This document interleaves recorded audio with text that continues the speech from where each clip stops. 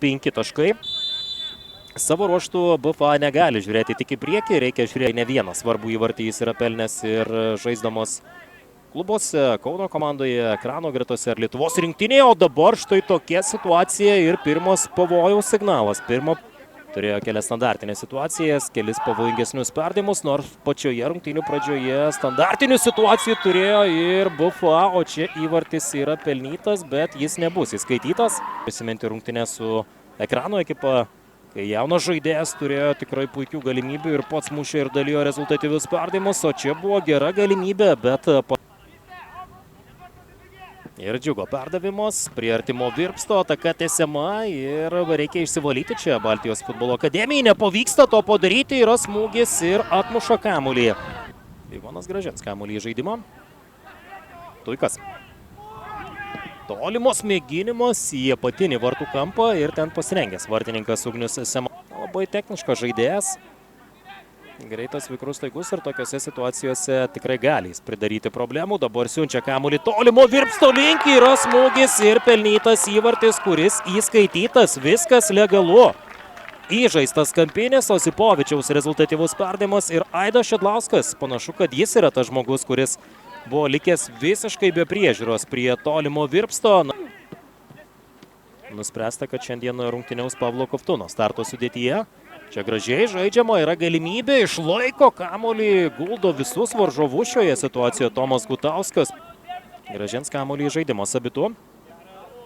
Osipovičius. Ieško komandos draugų, dabar Osipovičius yra čia, smūgis kairė koja ir labai nesėkmingas. Dominikas Gelombickas taip pat prisijungė prie komandos, o čia pavojinga situacija, kuri pasibaigė įvarčiu, muša į Sergejus Čeižikas. Standartinė padėtis prie artimo Virpsto, galima sakyti, grąžino skolą varžovams.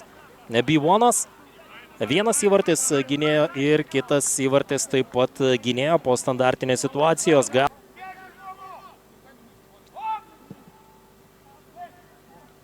O čia smūgis virš vartų.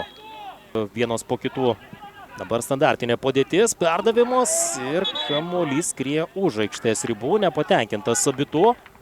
Praėjusiame sezone beje Baltijos futbolo akademija užėmė net 5. vietą, aukščiausią savo poziciją pirmoje lygoje su Muslera, kuris jau paliko ekipą, o čia toks įvartis pelnytas ir šį sykį vartininkas praleidžia, galima sakyti, įvartį savo už nugaros, krinta kamuolys būtent ten ir tiesiog pašėlo aikštėje nesabitų. Džiaugiasi iš šio pelnytų įvarčių.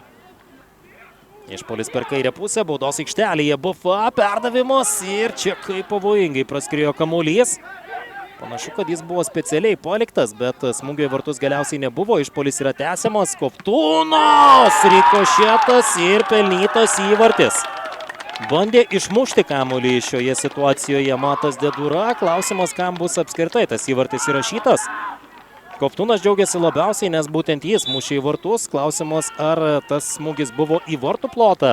Keitimo langą dar turėtų turėti Edmundas Pukys. Dabar čia perdavimas ir Tuikas turi galimybę nuo vartų linijos. Kamuolys yra numušamas. Įspūdingas Raimondo Vileniškio startas su nauja komanda, su Baltijos futbolo akademijos ekipa. 3-1 galutinis rezultatas. Pirmoje rungtynių pusėje išsiveržė į priekį Baltijos futbolo akademija po